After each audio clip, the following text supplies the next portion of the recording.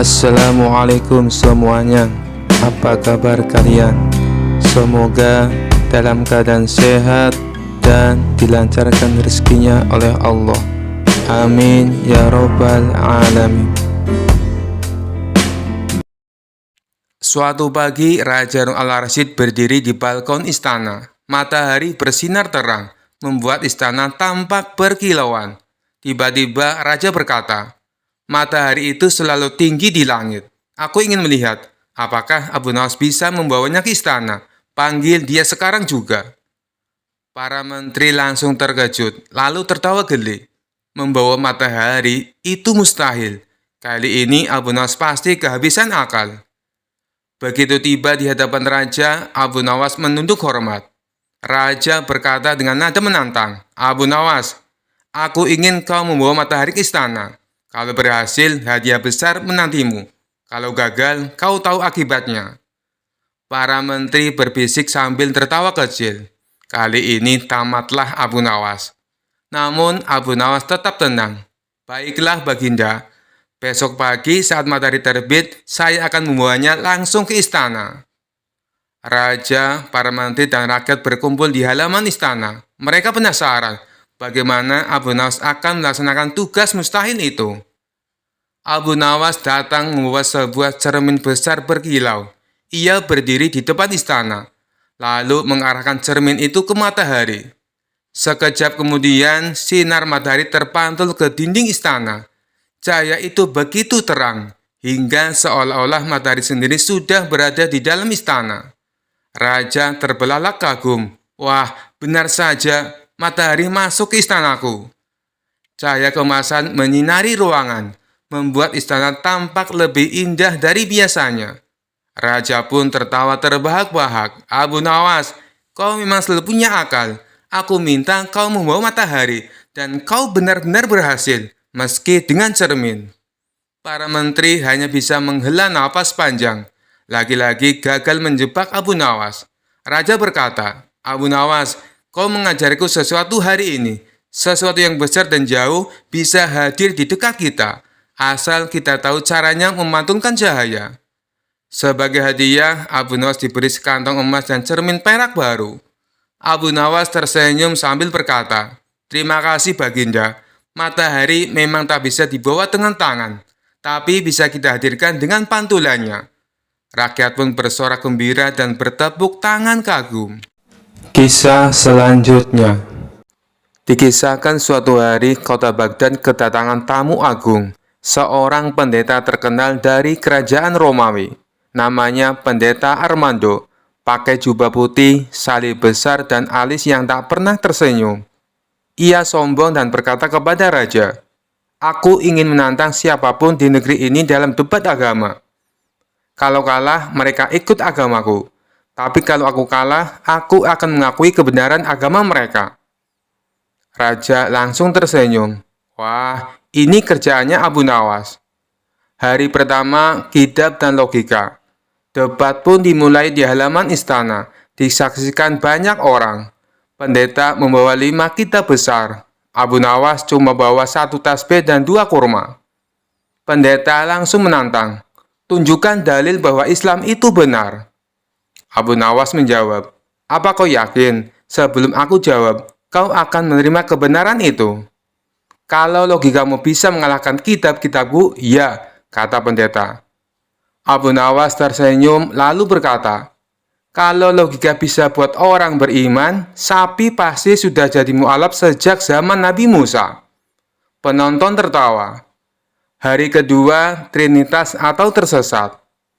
Pendeta mulai serius. Ia menjelaskan Trinitas dengan rumit. 1 Tuhan tapi 3 pribadi. Abu Nawas mencoret-coret tanah dengan tongkatnya, lalu bertanya, "Kalau kau punya 1 telur, isinya putih telur, kuning telur, dan cangkangnya, itu 3 atau 1? "Tentu 1, jawab pendeta. Abu Nawas tersenyum. "Bagus, tapi Tuhan bukan telur." Penonton tertawa. Pendeta mulai kesal, tapi debat tetap dilanjutkan. Hari ketiga, semua sudah lelah. Pendeta sudah kehabisan dalil dan argumen, tapi tetap bertahan. Akhirnya Abu Nawas berdiri, memandangi langit, lalu berbalik dan bertanya dengan tenang, "Wahai pendeta, kalau Tuhan itu mati di salib, siapa yang menjaga alam semesta saat itu?" Pendeta terdiam, matanya berkedip, mulutnya terbuka, lalu tertutup lagi, seperti ikan kehabisan air. Penonton menunggu jawaban, tapi tak ada jawaban. Suasana menjadi hening. Abu Nawas melanjutkan, "Kalau Tuhan bisa mati, berarti dia bukan Tuhan, karena Tuhan tak mungkin lemah seperti makhluk." Pendeta duduk, menunduk, lalu menangis. Beberapa hari kemudian, Pendeta Armando meminta bertemu secara pribadi. Di ruang kecil, ia berkata, "Aku telah mencari kebenaran di banyak tempat, tapi pertanyaanmu membuka mataku. Kini aku tahu, Tuhan yang sejati tak mungkin mati." Lalu ia mengucap 2 kalimat syahadat dengan air mata dan senyum yang lega. Abu Nawas pun pulang, rakyat menyambutnya dengan gembira. Kisah selanjutnya. Dikisahkan pada suatu hari yang cerah di Baghdad terdengar kabar bahwa 10 pendeta dari negeri seberang akan datang untuk menantang debat Abu Nawas. Mereka terkenal sebagai para pendeta yang pandai tetapi agak angkuh. Mereka datang dengan pakaian mewah dan jubah mengkilap. Salah satu dari mereka berkata lantang di istana, "Kami datang untuk menguji Abu Nawas yang katanya cerdas itu. Tapi kami yakin dia tidak akan bisa menjawab pertanyaan kami." Raja Harun al-Rasyid menoleh ke pengawal. "Cepat, panggil Abu Nawas, sebelum para pendeta ini makin sombong sampai terbang." Tak lama, Abu Nawas datang dengan santai, pakai sandal jepit, baju lusuh, dan membawa nasi bungkus. "Aku datang bukan untuk menang, tapi untuk makan." Maksudku untuk menjawab." Pendeta pertama langsung maju. "Wahai Abu Nawas, jika benar Islam itu agama yang sempurna, kenapa umatnya berbeda-beda mazhab dan sering berselisih?" Abu Nawas menjawab sambil makan, "Karena umat Islam itu kreatif. Kalau semua sama, nanti bosan, seperti menu rumah makan cuma telur ceplok setiap hari." Pendeta kedua bertanya, "Kenapa Tuhanmu tidak terlihat, tapi kau tetap menyembahnya?" Abu Nawas menjawab santai, "Kau percaya otakmu ada kan?" "Tentu. Pernah lihat?" "Belum." "Nah, itu dia. Saya juga begitu soal Tuhan." Pendeta ketiga mulai panik. "Kalau begitu, jelaskan Trinitas dengan logikamu." Abu Nawas mengambil 3 butir kurma, lalu memakannya sekaligus. "Ini kurma 3, tapi masuk 1 perut, sama kayak pertanyaanmu. 3 jadi 1, tapi tetap bikin kenyang sendiri-sendiri." Penonton tertawa, Raja Harun al-Rasyid mulai ngikik. Pendeta keempat sampai ke-10 mulai berkerumun dan mengajukan pertanyaan bertubi-tubi. Kalau Islam benar, kenapa tidak semua orang memeluknya? Bagaimana Muhammad tahu tentang alam semesta, padahal ia buta huruf? Bagaimana bisa Al-Quran tak berubah selama 1400 tahun? Apa jaminan umatmu masuk surga? Abu Nawas berdiri, menepuk dadanya dan berkata, "Karena Islam tidak memaksa, tapi mengajak. Nabi Muhammad tidak membaca buku, tapi membaca langit. Al-Quran dijaga oleh jutaan mulut, bukan cuma tinta. Dan jaminan masuk surga, ya itu rahasia Tuhan. Tapi lebih baik punya harapan daripada hanya hiburan." Suasana hening. Para pendeta saling pandang. Wajah mereka kini tidak lagi sombong, tetapi terharu. Pendeta pertama mendekat dan berkata lirih, "Abu Nawas, kau menjawab dengan akal, tapi menusuk hati." Pendeta kedua ikut bicara, "Kami datang dengan keangkuhan, dan sekarang malu dengan kebutuhan kami sendiri." Abu Nawas tersenyum, "Ilmu itu seperti air. Yang sombong akan tenggelam, yang rendah hati akan mengapung." Lalu satu persatu ke-10 pendeta itu berdiri dan berkata serempak, "Ajarkan kami 2 kalimat itu." Abu Nawas pun membimbing mereka, "Asyhadu an la ilaha illallah wa asyhadu anna Muhammadar Rasulullah." Seisi istana menangis haru, dan beberapa juga sambil tertawa, karena Abu Nawas sempat menambahkan, "Dan yang ingin dapat hadiah kurma gratis, silakan ikut baris di belakang." Kisah selanjutnya. Dikisahkan di suatu pagi yang cerah di kota Baghdad yang ramai terdengar kabar bahwa seorang ahli sejarah Kristen yang terkenal dari negeri Romawi datang berkunjung ke istana Khalifah Harun al-Rasyid. Orang itu bernama Paulus Historicus, dikenal cerdas, ahli kitab, dan sering menang dalam debat di negeri asalnya. Sang Khalifah yang senang mendengar perdebatan memanggil Abu Nawas. "Abu Nawas," kata Khalifah sambil tersenyum licik, "aku ingin kau adu argumen dengan ahli sejarah ini. Konon dia mampu membuat ulama-ulama kita terdiam." Abu Nawas tersenyum santai. "Baik, tuanku, tapi siapkan juga minuman segar, supaya lidahku tidak kering ketika menjawab pertanyaannya." Lalu berkumpullah orang-orang di halaman istana. Paulus mulai bicara dengan penuh percaya diri. "Hai Abu Nawas, aku ingin bertanya padamu. Jika Muhammad adalah nabi terakhir, kenapa dalam sejarahku tak pernah kutemukan nubuat tentangnya di kitab-kitab terdahulu yang kau sebut Taurat dan Injil?" Abu Nawas tersenyum. Ia pura-pura berpikir keras sambil memegang janggutnya. "Wahai Paulus, aku kagum pada kepandaianmu dalam sejarah. Tapi bolehkah aku bertanya satu hal sebelum menjawab?" "Tentu, silakan." "Sejarah yang kau tulis, apakah semuanya kau lihat dengan mata kepalamu sendiri?" Paulus menjawab, "Tentu tidak. Sejarah adalah catatan orang-orang terdahulu." "Jadi kau percaya pada cerita orang, bukan pada mata kepalamu sendiri?" Paulus mulai tersenyum kecut. Orang-orang mulai tertawa kecil. Abu Nawas melanjutkan, "Kalau begitu, mari aku beri kau cerita sejarah yang juga aku terima dari orang-orang terpercaya. Muhammad disebut dalam kitab-kitab terdahulu. Hanya saja banyak yang menyembunyikannya, seperti engkau menyembunyikan pertanyaan asliku." Paulus terkejut. "Apa pertanyaan aslimu?" "Jika Yesus adalah Tuhan, mengapa Tuhan harus lahir dari manusia, menangis ketika bayi, dan disusui ibunya? Bukankah seharusnya Tuhan menyusui dirinya sendiri, atau tidak perlu minum sama sekali?" Jawab Abu Nawas. Paulus tersentak. Ia terdiam, mukanya memerah. Kerumunan makin gaduh menahan tawa. Paulus berusaha menjawab, "Itu rahasia ketuhanan." Abu Nawas segera menimpali. Rupanya ahli sejarah tak tahu sejarah Tuhannya sendiri. "Kalau begitu aku beritahu, Muhammad adalah nabi yang disebut di kitab dengan sebutan Ahmad. Dan itu pun tertulis sebelum namanya dihapus orang-orang seperti engkau." Paulus terdiam semakin lama. Lalu ia berkata dengan suara pelan, "Wahai Abu Nawas, aku kalah. Aku tak pernah berpikir sejauh itu." Abu Nawas tersenyum dan berkata, "Kalau kalah, maka pilih. Kau terima kebenaran atau terus berdalih sampai matimu." Paulus menunduk. "Aku bersaksi tiada Tuhan selain Allah, dan Muhammad utusan Allah." Orang-orang bersorak gembira.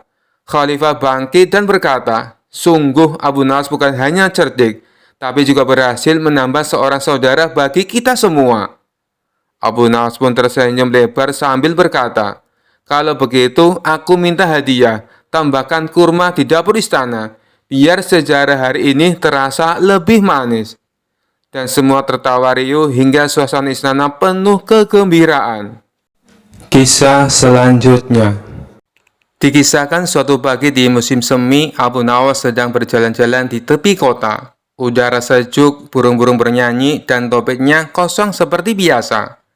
Tiba-tiba dari arah depan muncul seorang pria berbadan besar. Wajahnya galak, matanya tajam, dan yang paling mencolok kedua tangannya buntung sampai siku. Abu Nawas langsung menyingkir dengan sopan. Tapi anehnya, pria itu malah menghampiri dan memukul bahu Abu Nawas dari belakang. Abu Nawas terhuyung dan refleks berteriak, "Astagfirullah, siapa yang memukul saya?" Ia menoleh dan melihat pria tadi berdiri dengan tenang. Kedua lengannya buntung, tersenyum sinis. Abu Nawas melongo, "Tunggu, Anda memukul saya?" Pria itu menjawab dengan suara dalam, "Iya, ada masalah?" Abu Nawas panik, otaknya langsung penuh pertanyaan logis. Bagaimana mungkin saya dipukul oleh orang yang tidak punya tangan? Pria itu menatap tajam, "Itu urusan saya." Abu Nawas masih bingung, mencoba meraba bahunya. tapi rasanya seperti dipukul pakai balok atau kepala kambing. Lalu pria itu mengeluarkan kaki palsu dari dalam tasnya. Ini yang saya pakai buat mukul. Namanya si bala bambu, sahabat lama saya. Abu Nawas terdiam, kagum sekaligus takut. Lalu ia berkata dengan hati-hati, "Tapi kenapa Anda memukul saya?" Pria itu menjawab, "Karena kau menertawakanku dari kejauhan." "Tidak, saya bukan menertawakanmu. Saya menertawakan wajah saya sendiri di pantulan genangan air." Mereka saling diam selama 3 detik. Lalu pria itu berkata, "Oh, jadi begitu ya? Iya, ya sudah." Abu Nawas berpikir semuanya sudah selesai. Tapi saat ia hendak pergi, pria itu menambahkan, "Tapi karena kamu sudah membuat saya malu, kamu harus menerima tantangan duel." "Duel? Dengan apa?"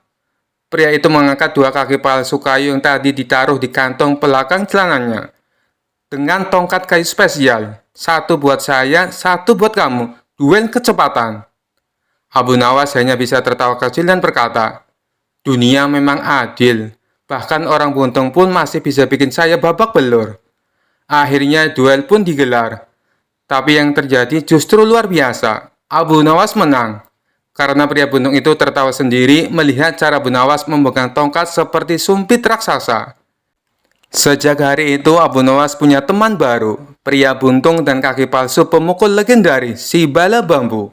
Dan setiap ada yang bertanya, "Pernahkah kamu dipukul orang buntung?" Abu Nawas hanya menjawab, "Pernah," dan jujur, rasanya lebih memalukan daripada ditolak pinjaman di warung. Kisah selanjutnya. Lebaran tiba. Semua orang bersiap-siap untuk bersilaturahmi, mengenakan pakaian terbaik, dan menikmati hidangan lezat. Namun di rumah Abu Nawas ada sesuatu yang berbeda. Abu Nawas duduk di sudut ruangan dengan senyum penuh kemenangan. Sementara istrinya sibuk mondar-mandir mengatur segalanya. "Kenapa kau tersenyum sendiri seperti kucing melihat ikan asin?" tanya sahabatnya Abu Jahil. Abu Nawas mengusap janggutnya dan berkata, "Hari ini adalah hari pembalasan." Abu Jahil mengerutkan dahi. "Pembalasan? Apa maksudmu?" Abu Nawas mendekat dan berbisik, "Hari ini, ras terkuat di bumi akan sungkem kepadaku." Beberapa bulan sebelum Lebaran, Abu Nawas selalu kalah dalam debat dengan istrinya. Setiap argumen, setiap keputusan, bahkan soal baju yang ia pakai, istrinya selalu menang. Jika Abu Nawas berkata, "Aku ingin makan kambing panggang," istrinya akan menjawab, "Tidak, hari ini kita akan makan sayur bayam." Dan seperti hukum alam, sayur bayam pun terhidang di meja. Abu Nawas tidak pernah bisa menang, bahkan Raja Harun al-Rasyid pun kalah wibawa dibanding istrinya. Namun Abu Nawas tahu ada satu hari dalam setahun di mana semuanya akan berbalik. Saat pagi Lebaran tiba, Abu Nawas sudah duduk manis di ruang tamu, mengenakan jubah terbaiknya. Lalu datanglah istrinya. Dengan wajah teduh dan suara lembut, sang istri berkata, "Suamiku, maafkan aku atas semua kesalahanku." Abu Nawas langsung mengangkat dagunya dengan bangga. Kemudian istrinya membungkuk, menyentuh tangannya dan sungkem. Abu Nawas hampir meneteskan air mata bahagia. Rasa terkuat di bumi sungkem kepadanya. Abu Jahil yang melihatnya melongo tak percaya. "Demi semua unta di padang pasir, kau benar-benar menang," katanya kagum. Abu Nawas mengangguk dengan senyum penuh kemenangan. "Setahun sekali, setidaknya aku boleh merasa berkuasa."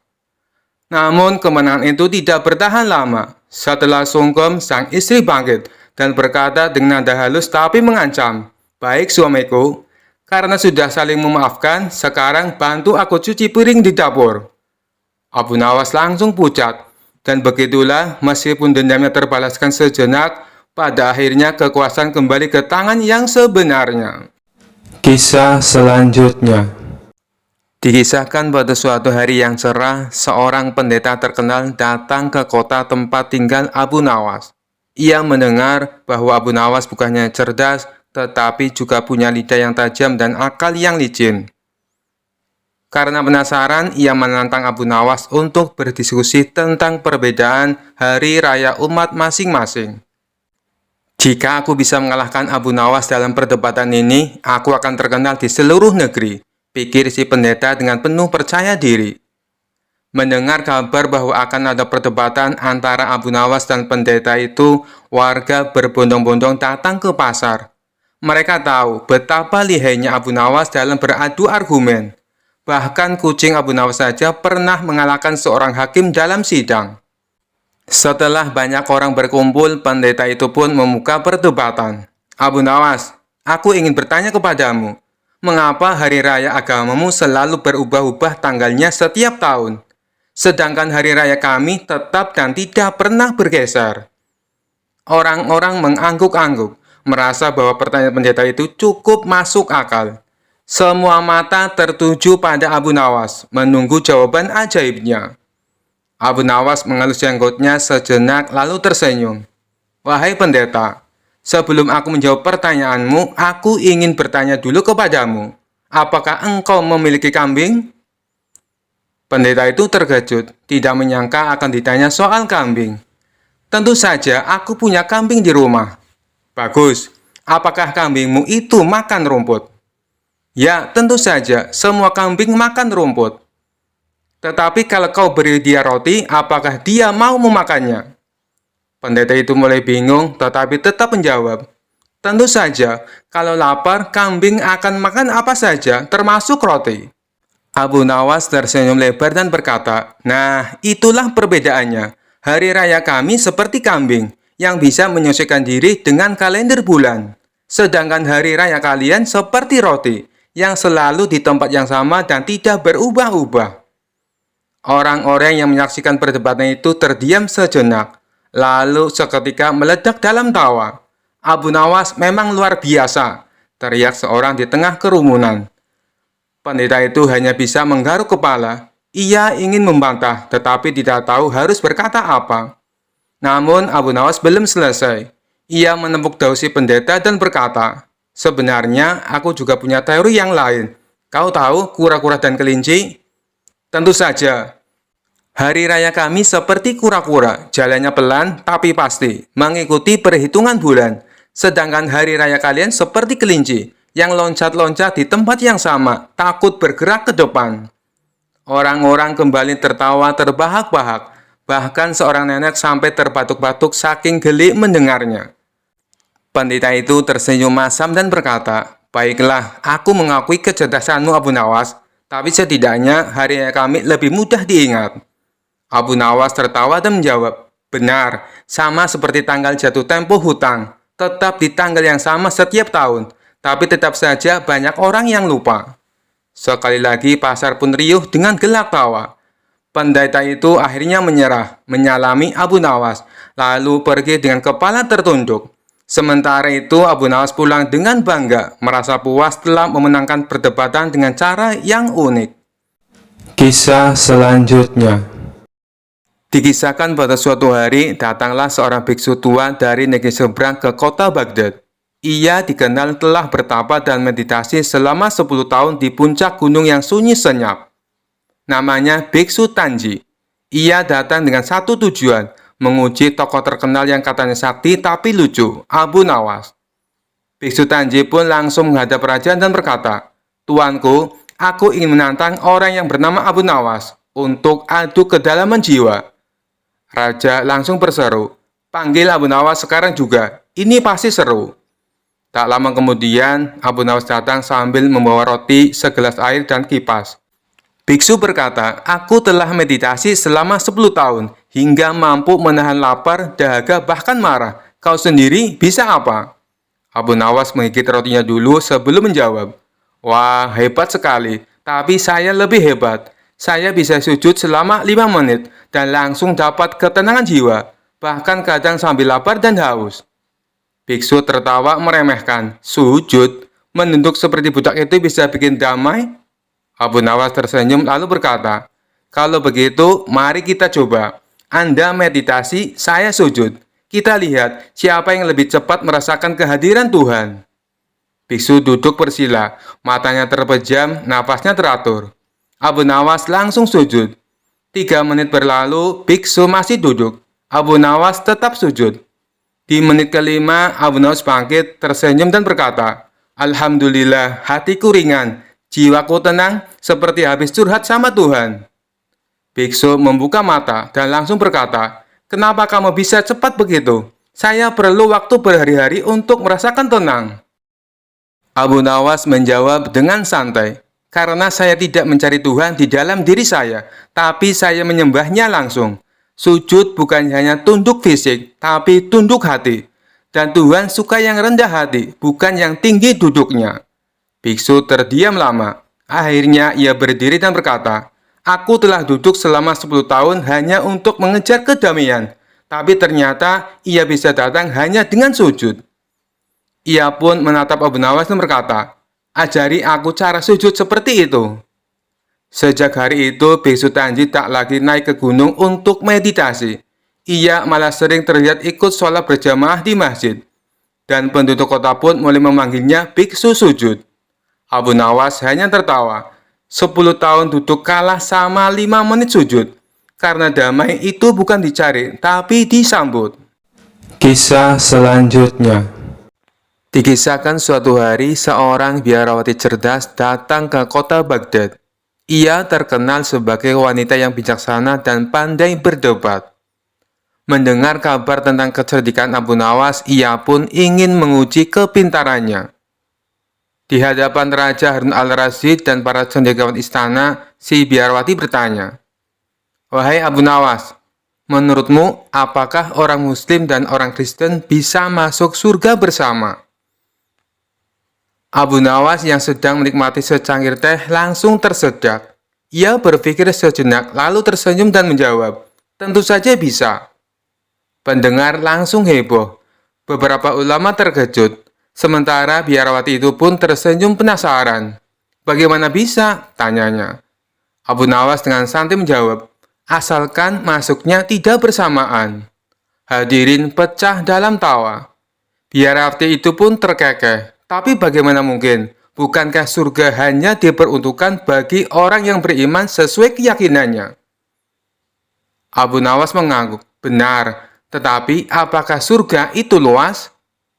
Biarawati menjawab, "Tentu saja, surga itu tak terbatas."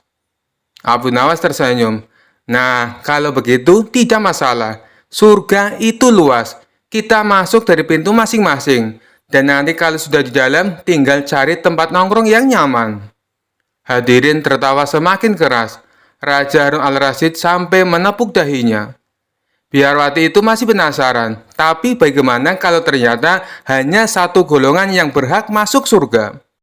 Abu Nawas berpikir sebentar lalu berkata, "Mudah saja, kalau ternyata orang Kristen yang benar berarti mereka akan masuk surga. Kalau orang Muslim yang benar, mereka yang masuk surga. Tapi kalau ternyata keduanya yang benar, ya ketemu lagi di sana. Yang penting kita semua tetap berbuat baik di dunia." Biarawati tersenyum lebar dan mengangguk. "Aku suka cara berpikirmu, Abu Nawas. Kau memang cerdas dan penuh humor." Raja pun tepuk tangan sambil berkata, "Pelajaran hari ini adalah berdebat boleh, tapi jangan sampai lupa bahagia." Kisah selanjutnya. Dikisahkan di suatu pagi yang cerah, suasana istana Baginda Raja Harun al-Rasyid mendadak ramai. 3 orang pemuda, Ahmad, Zulfikar, dan Zubair, datang tergesa-gesa sambil membawa banyak kambing. Baginda Raja yang sedang minum teh pun keheranan. "Kalian ini siapa? Dan kenapa istanaku seperti pasar hewan?"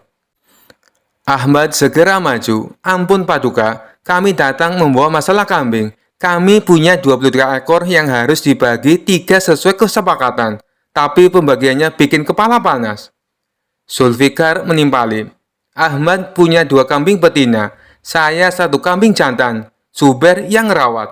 Kami sudah sepakat, Ahmad dapat setengah, saya 1/3, dan Zubair 1/8.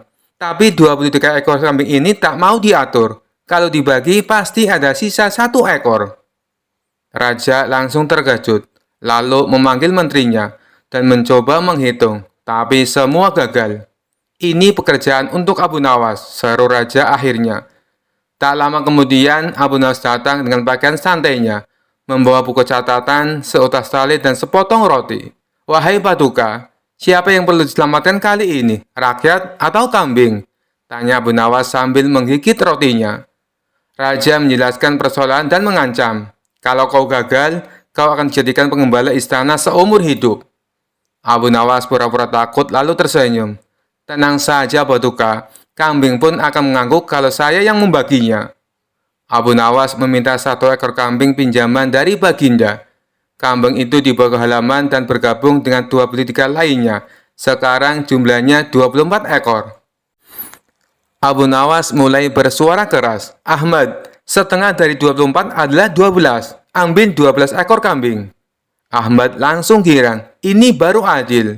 Zulfikar, sepertiga dari 24 adalah 8. Ambil 8 ekor kambing. Zulfikar pun senyum sambil ambil bagian. Zubair, 1/8 dari 24 adalah 3. Ambil 3 ekor kambing. Zubair langsung mencium tangan Abu Nawas. Kini jumlah yang terbagi adalah 23 ekor kambing. Abu Nawas menempuk-nempuk kambing terakhir. Kambing ini adalah milik Baginda. Saya pinjam tadi dan sekarang saya kembalikan. Semua bertepuk tangan. Baginda Raja merasa bangga. Abu Nawas, kau bukan hanya penyair, kau kalkulator berjalan dengan humor surgawi. Kisah selanjutnya. Dikisahkan pada suatu hari, kabar tentang kecerdikan Abu Nawas sampai ke negeri Mesir. Para ulama di sana merasa penasaran dan mengutus 10 orang ulama terbaik untuk menguji kepintaran Abu Nawas dalam sebuah debat ilmiah. Setibanya di istana Raja Harun ar-Rasyid, ke-10 ulama itu duduk melingkar dalam aula kerajaan, siap berdebat dengan Abu Nawas. Raja tersenyum dan berkata, Abu Nawas, hari ini kau harus menghadapi 10 ulama Mesir sekaligus. Apakah kau siap? Abu Nawas menghela napas panjang. Ia melirik ke arah para ulama yang tampak serius dan penuh wibawa. Kemudian ia tersenyum dan berkata, Wahai Baginda, bukankah ini tidak adil? Kenapa tidak adil? Tanya Raja heran. Abu Nawas menjawab dengan wajah polos, karena aku hanya sendirian, sementara mereka ada 10 orang. Para ulama pun tertawa kecil, mengira Abu Nawas takut berdebat. Namun Abu Nawas melanjutkan, tapi baiklah, aku punya solusi agar adil. Karena aku 1 orang dan kalian 10 orang, maka aku hanya perlu memberikan 1 jawaban untuk 10 pertanyaan kalian. Para ulama langsung bingung. Bagaimana bisa 1 jawaban untuk 10 pertanyaan? Tanya salah satu ulama. Abu Nawas tersenyum lebar. Coba saja, silakan kalian bertanya bersama-sama. Nanti aku jawab sekaligus. Para ulama saling berpandangan. Mereka merasa tertantang dan akhirnya setuju. Lalu serempak mereka mengajukan 10 pertanyaan sekaligus dalam 1 waktu. Apa hukum berpuasa tapi lupa sahur? Mana yang lebih utama, ilmu atau amal? Bagaimana cara mendekatkan diri kepada Allah? Apakah manusia punya takdir atau kebebasan? Bagaimana hukum mencuri demi kelangsungan hidup? Apakah iblis bisa bertobat? Bagaimana tata cara sholat yang khusyuk? Apa makna sejati dari keikhlasan? Apakah jin bisa menikah dengan manusia? Bagaimana cara agar hati tetap tenang? Setelah mendengar semua pertanyaan itu, Abu Nawas tersenyum lebar dan dengan santai menjawab, Aku tidak tahu. Ruangan langsung hening sejenak, lalu Raja dan para hadirin langsung tertawa terpingkal-pingkal. Salah satu ulama pun berkata, Abu Nawas, jawabanmu tidak adil. Kau harus menjawab dengan serius. Abu Nawas mengangkat bahu dan berkata, Wahai para ulama yang mulia, kalian mengajukan 10 pertanyaan sekaligus. Aku hanya 1 orang. Jadi aku memberikan 1 jawaban untuk 10 pertanyaan. Bukankah ini adil? Para ulama saling pandang. Lalu akhirnya mereka pun tertawa juga. Salah satu ulama berkata, Sungguh, kau memang cerdik Abu Nawas. Kami mengakui kecerdasanmu. Akhirnya 10 ulama Mesir itu kembali ke negerinya dengan membawa 1 pelajaran berharga. Jangan pernah meremehkan kepintaran Abu Nawas. Kisah selanjutnya. Pada suatu siang di sebuah masjid pinggir kota Baghdad, ada seorang pria bernama Abdul Qasim yang sedang beristirahat sejenak. Lalu ia terpana dengan gerak-gerik seorang pria yang sedang khusyuk berzikir sambil bersila. Pria itu bernama Abu Nawas. Kenapa ia sangat khusyuk? Jangan-jangan dalam pejaman matanya ia sedang melihat Allah. Gumam Abdul Qasim dalam hati. Merasa cemburu karena mengira Abu Nawas dapat melihat Allah, Abdul Qasim pun mengusik pria tersebut. Ia duduk bersila tak jauh dari pria itu dan menunggu waktu yang tepat untuk menyapanya. Hampir setengah jam Abdul Qasim duduk menanti. Akhirnya Abu Nawas membuka mata dan menoleh pada Abdul Qasim yang tengah memandanginya dengan penuh kekaguman. "Ada apa gerangan? Kenapa kau memandangku dengan begitu tajam?" ucap Abu Nawas. "Begini Tuan, saya perhatikan dari tadi, Tuan tampak khusyuk saat berzikir sambil memejamkan mata. Apakah itu artinya Tuan melihat Allah?" tanya Abdul Qasim. "Allah tidak dapat dilihat, tapi kehadirannya bisa dirasakan," jelas pria itu. "Bagaimana bisa merasakan kehadiran Allah? Apakah ia sekarang ada di sini? Kenapa saya tidak bisa merasakan kehadirannya?" tanya Abdul Qasim. "Sebelum kamu dapat merasakan kehadiran Allah, kamu harus menemukannya terlebih dahulu," jawab Abu Nawas. Abdul Qasim tersenyum girang. Sebenarnya sudah lama ia mengembara mencari Tuhan, namun ia tak pernah menemukannya. Setelah bertemu Abu Nawas, ia merasa benar-benar lega dan gembira. Terasa seperti menemukan kunci yang hilang. "Lantas, di mana dan bagaimana saya bisa menemukan Tuhan yang selama ini aku cari-cari, Tuan?" tanya Abdul Qasim. Abu Nawas tersenyum. Lalu ia menyuruh Abdul Qasim untuk sholat 2 rakaat. Jika sudah selesai, ia meminta Abdul Qasim untuk menceritakan apa yang dirasakannya. Setelah mendengarkan perintah tersebut, Abdul Qasim lalu menjalankan sholat 2 rakaat. Setelah itu, ia mengatakan apa yang dirasakannya kepada Abu Nawas. "Tuan, terus terang saja, selama sholat 2 rakaat, aku lebih banyak melamun," jawab Abdul Qasim. "Sebenarnya saya melafalkan semua bacaan sholat, tapi pikiran saya melayang kemana-mana. Saya juga memikirkan saat Tuan sedang berzikir. Saya merasa cemburu, kenapa Tuan bisa sangat khusyuk saat berzikir, sedangkan saya merasa sangat hampa," jelas Abdul Qasim. Abu Nawas kembali tersenyum, kemudian ia membuat kesepakatan agar keduanya bertemu lagi di distrik Qomti untuk mengembara mencari Tuhan.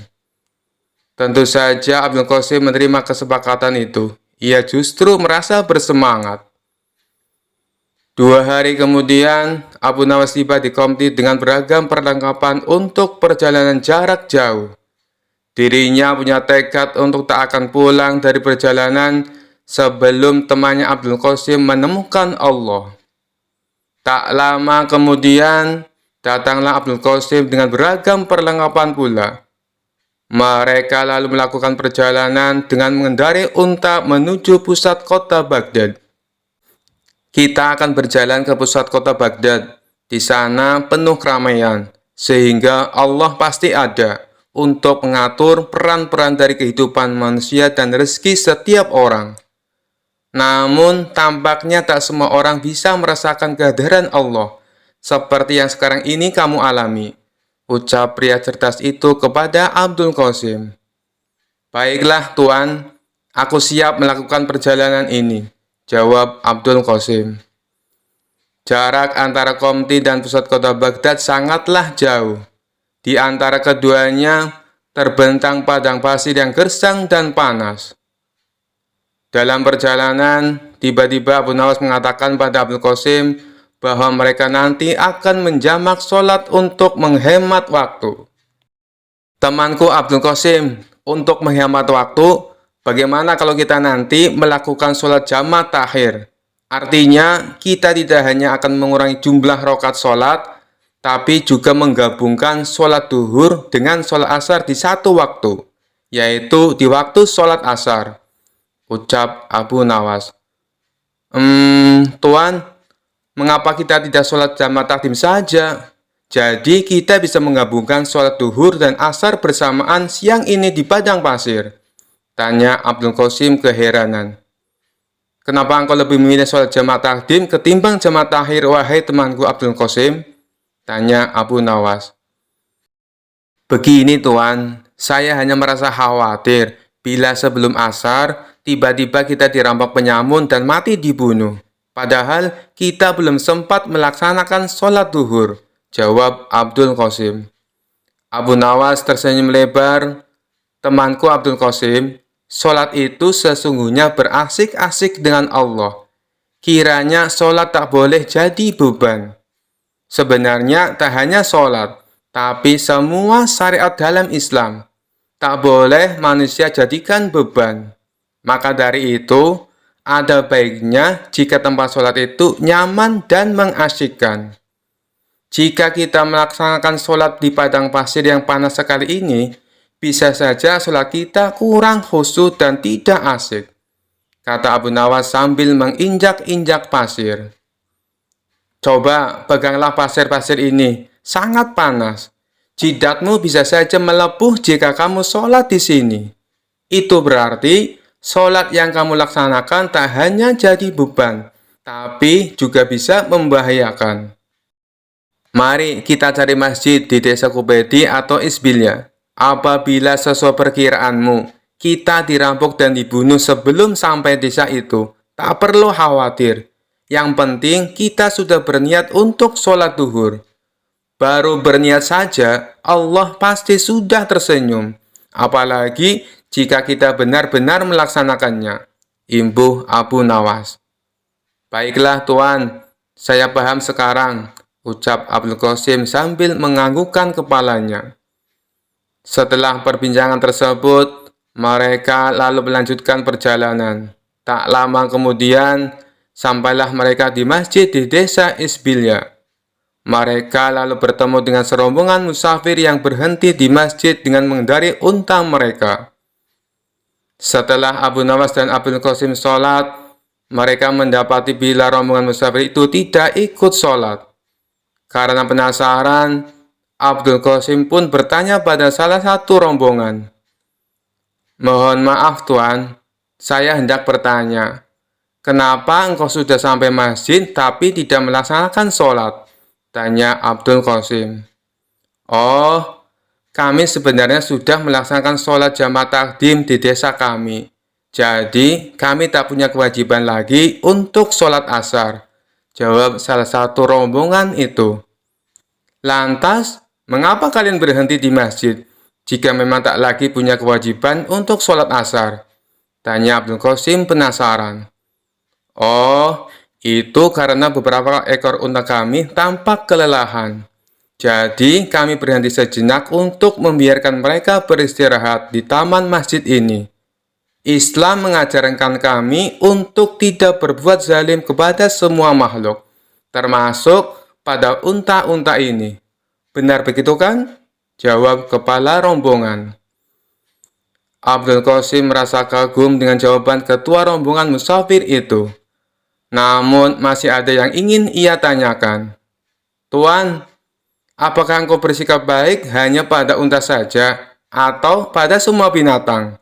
Tanyanya. Ketua rombongan itu tersenyum lalu menjawab.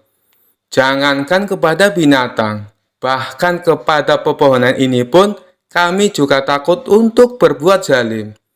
Kita sholat untuk mencegah dari berbuat fahsyah dan mungkar. Untuk apa kita sholat jika tetap berbuat kejahatan terhadap sesama makhluk ciptaan Allah? Abdul Qasim semakin kagum dengan jawaban tersebut. Ia lalu pamit untuk melanjutkan perjalanan bersama Abu Nawas.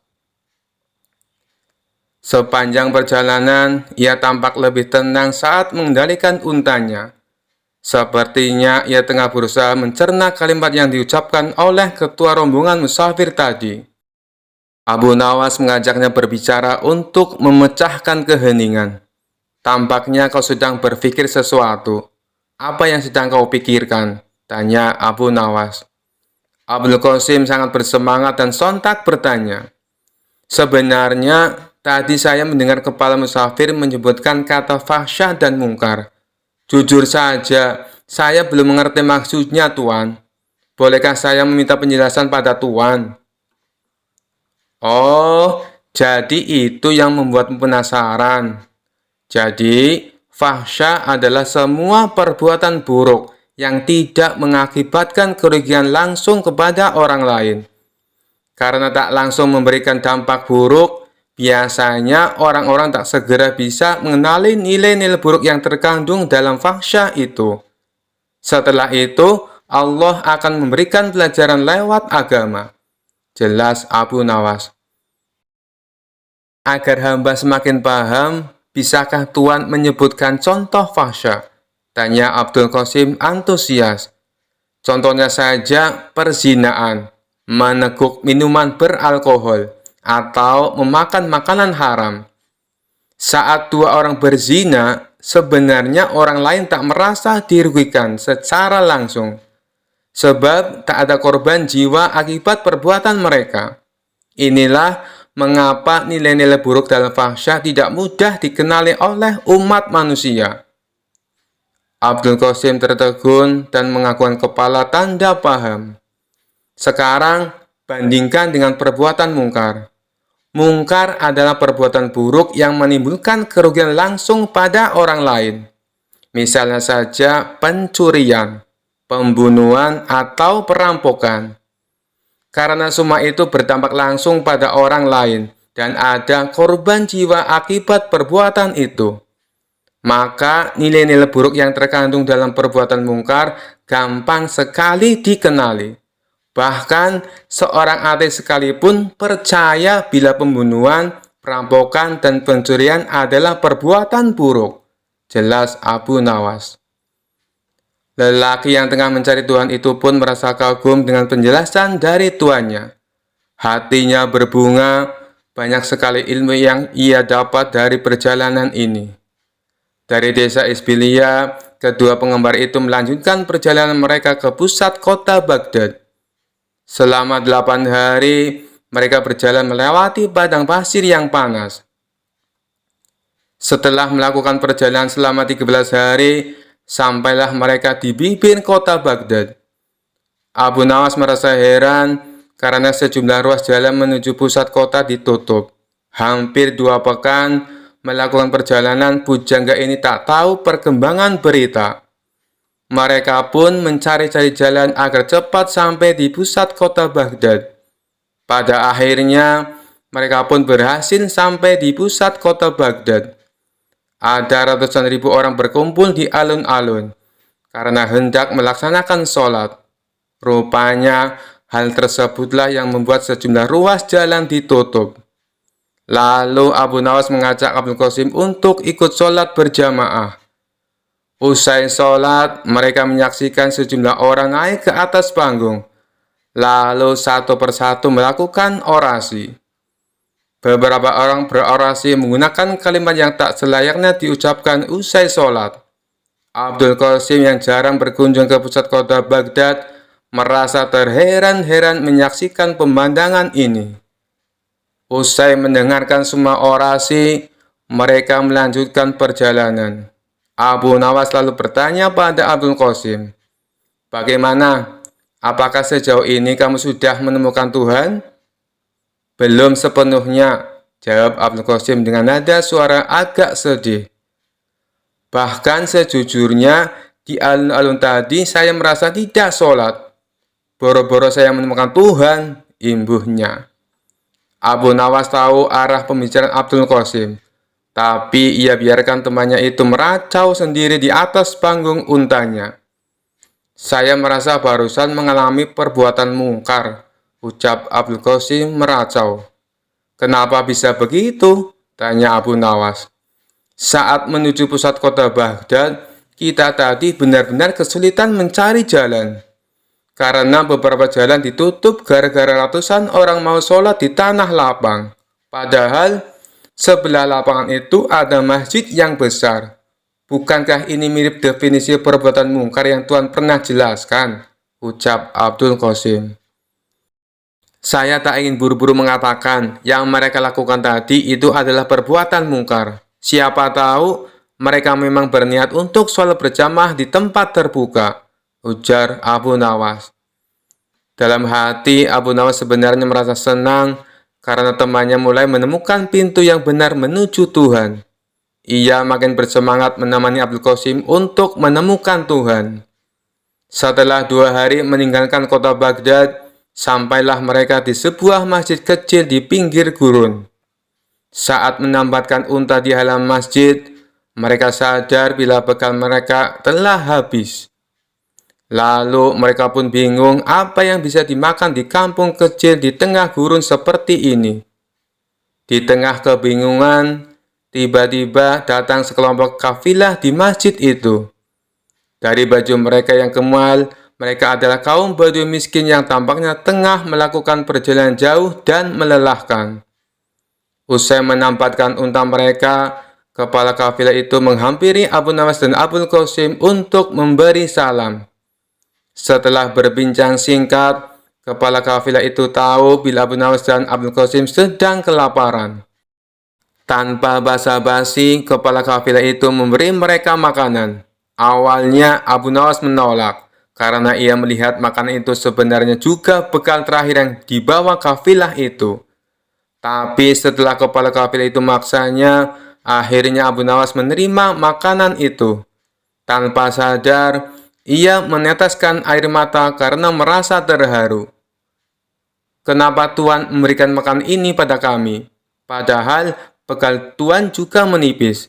Sementara perjalanan Tuhan pasti masih jauh, tanya Abdul Qasim. Saudara mungkin tak tahu, sebenarnya saya bukan mengurangi bekal makanan, tapi justru sedang menambahnya, jelas ketua kafilah. Bagaimana bisa? Tanya Abdul Qasim bingung. Ingatlah perkataanku wahai saudaraku. Allah memerintahkan kita untuk bersedekah dalam kondisi sempit maupun lapang. Ia senang dengan apa yang kita kerjakan ini. Allah juga berjanji, jika kita bersedekah, maka ia akan menganjarkan pahala sebanyak 700 kali lipat. Bayangkan saja, saya sekarang memberi kalian sekantong makanan, maka nanti akan datang 700 kantong makanan untuk kami, ucap ketua kafilah. Bagaimana Tuhan bisa yakin? Seandainya 700 kantong makanan itu tidak datang, Tuhan akan mati kelaparan, ujar Abdul Qasim penasaran. Saya yakin sekali bahwa Allah di samping kita. Jangan pernah meragukan kemampuannya membagi-bagi rezeki. Buktinya, saat kalian sedang kelaparan di padang pasir, Allah tetap mengirimkan rezeki dengan mengutus kami datang ke masjid ini, ucap kepala kafilah sambil menepuk pundak Abdul Qasim. Lagi pula, jika Allah tidak memberikan 700 kantong makanan pada kami, pada nanti malam atau besok pagi hingga kami pun mati, saya lebih berbahagia lagi. Itu berarti Allah yang kami yakini selalu ada di samping kami. Akan segera kami jumpai dengan sepenuh keyakinan dan kebahagiaan. Imbuh ketua kafilah sambil undur diri untuk menyantap bekal terakhirnya. Sementara Abu Nawas dan Abdul Qasim menyantap makanan mereka dengan tetesan air mata. Saat senja tiba, rombongan kafilah itu mohon pamit. Lalu Abu Nawas dan Abdul Qasim mengantar kepergian mereka dengan syukur dan sukacita. Karena hari sudah semakin gelap, bagaimana kalau bermalam saja di masjid ini? Besok kita akan kembali ke rumah masing-masing, ucap Abdul Qasim. Apakah itu artinya kau sudah menemukan Tuhan, saudaraku Abdul Qasim? Tanya Abu Nawas. Benar Tuan, saya sudah menemukan Tuhan yang selama ini hilang dari saya. Tapi Tuan nikmati keberadaannya dalam zikir Tuan. Jelas Abdul Qasim yakin. Bagaimana bisa engkau tiba-tiba menemukan Tuhan, saudaraku? Tanya Abu Nawas penasaran. Sebenarnya, ketika hari pertama kita melakukan perjalanan, dan Tuhan berkata bahwa sholat harus mengasihkan dan tak boleh tersiksa menanggung beban, saya hampir menemukan Allah. Ia menurunkan syariat agama pasti untuk membahagiakan umatnya, bukan untuk mempersulit mereka, ucap Abdul Qasim. Kemudian, ketika kita bertemu dengan musafir yang peduli pada unta-unta mereka, saya sudah merasa semakin dekat dengan Tuhan yang saya cari. Lalu, ketika saya tak merasa bahagia ketika sholat di alun-alun kota Baghdad, sesungguhnya saya merasa tengah diajarkan makna dan tujuan sholat yang sebenarnya. Imbuh Abdul Qasim. Abu Nawas hanya terdiam dan tersenyum. Wahai saudaraku, sore ini adalah puncaknya saya menemukan Allah. Bertemu dengan para kafilah membuat saya sadar bahwa tujuan dari sholat sesungguhnya adalah menjaga kemanusiaan. Tanpa pemberian mereka, mungkin kita malam ini akan mati kelaparan. Sholat yang mereka lakukan membuat mereka yakin kemanusiaan harus dijaga dimanapun mereka berada. Sekarang, saya semakin yakin mengapa Allah memerintahkan kita untuk sholat. Saya pun merasa Allah kini selalu berada di samping saya, karena saya meyakini hal itu, ujar Abdul Qasim. Abu Nawas tersenyum bahagia. Ia bersyukur karena akhirnya saudaranya dapat menemukan Tuhan, yakni di hatinya. Mereka pun bermalam di masjid itu. Keesokan harinya, mereka berpisah untuk kembali ke rumah masing-masing. Abdul Qasim berterima kasih pada Abu Nawas karena telah menemaninya mencari Tuhan. Kisah selanjutnya. Dikisahkan suatu pagi yang cerah di istana, Raja Harun al-Rasyid sedang duduk santai sambil menyeruput secangkir kopi Arab yang harum. Tiba-tiba terlintas ide unik di benaknya. Ia segera memanggil pengawal. Pengawal, panggil Abu Nawas ke istana. Aku ingin menguji akalnya sekali lagi. Tak lama kemudian, Abu Nawas datang dengan senyum penuh percaya diri. Salam Baginda, ada urusan apa pagi-pagi begini memanggil hamba yang belum sarapan apalagi belum ngopi? Raja berkata, justru itu Abu Nawas, aku ingin bertanya, apakah orang yang minum kopi bisa masuk surga tanpa dihisab? Abu Nawas mengelus jenggotnya lalu menjawab serius, Baginda, tentu saja bisa. Raja penasaran, bagaimana bisa? Jelaskan padaku logikanya. Abu Nawas menjelaskan, begini Baginda, orang yang minum kopi biasanya jadi tenang. Orang yang tenang tidak mudah marah. Orang yang tidak marah sabar. Orang yang sabar ya sudah pasti dekat dengan Tuhan. Raja terkekeh-kekeh. Itu alasan yang terlalu puitis Abu Nawas. Abu Nawas kemudian melanjutkan. Belum selesai Baginda. Orang yang minum kopi juga sering begadang. Dan begadang itu seringkali untuk sholat malam. Lalu, kata sang raja, kalau orang suka sholat malam berarti dia taat. Kalau dia taat tentu dosanya sedikit. Kalau dosanya sedikit ya ngapain dihisab? Langsung masuk surga saja kan? Raja tertawa terbahak-bahak. Kalau begitu suruh semua rakyat minum kopi tiap malam. Abu Nawas menjawab sambil tersenyum. Betul Baginda, tapi hati-hati kalau kopinya kebanyakan. Malah jantungnya bisa jadi deg-degan. Kalau deg-degan nanti takut mati. Kalau takut mati bisa jadi malah makin rajin ibadah. Jadi tetap masuk surga juga. Wah Abu Nawas, logikamu memang aneh. Tapi menenangkan hati seperti kopi, ucap sang raja. Terima kasih Baginda, tapi setelah debat ini boleh hamba minta satu cangkir kopi dulu untuk mempercepat masuk surga. Kisah selanjutnya. Dikisahkan pada suatu hari Abu Nawas diundang ke majelis ilmu yang dihadiri oleh para ulama terkemuka. Salah satu ulama tiba-tiba bertanya, Wahai Abu Nawas, menurutmu apakah jin bisa menikah dengan manusia? Abu Nawas menggaruk kepalanya sejenak lalu menjawab dengan santai, tentu bisa, asal ada undangan walimatul jin. Para ulama yang mendengar langsung tertawa kecil. Jangan bercanda Abu Nawas, kami ingin jawaban yang serius, kata salah satu ulama. Abu Nawas menghela napas dan berkata, baiklah, aku akan menjawab dengan logika. Kemudian ia bertanya, wahai para ulama, apakah manusia dan jin sama-sama makhluk Allah? Ya, tentu saja, jawab para ulama serempak. Apakah manusia bisa jatuh cinta? Tanya Abu Nawas lagi. Ya, jelas bisa. Lalu apakah jin juga bisa jatuh cinta? Para ulama mulai berpikir sejenak lalu menjawab, ya bisa juga. Abu Nawas tersenyum lebar. Kalau begitu, kalau manusia bisa jatuh cinta dan jin juga bisa jatuh cinta, lalu kenapa mereka tidak bisa menikah? Para ulama terdiam. Tiba-tiba salah satu ulama berkata, baik, katakanlah jin bisa menikah dengan manusia, tapi bagaimana cara mereka mengurus akad nikahnya? Abu Nawas tanpa ragu menjawab, sederhana, wali nikahnya cukup pakai jin kawin. Jin kawin? Para ulama bingung. Ya, jin kawin. Maksudku saksi kawin. Seketika seluruh majelis pecah dalam tawa. Raja yang hadir dalam majelis pun tak kuasa menahan tawanya. Akhirnya salah satu ulama berkata, Abu Nawas, sungguh kau ini bukan hanya cerdas, tapi juga suka menghibur. Abu Nawas hanya tersenyum sambil berkata, jadi kesimpulannya, kalau ada manusia yang mau menikah dengan jin, pastikan jangan sampai pesta pernikahannya diadakan di malam Jumat Kliwon. Sekian dulu perjumpaan kita kali ini.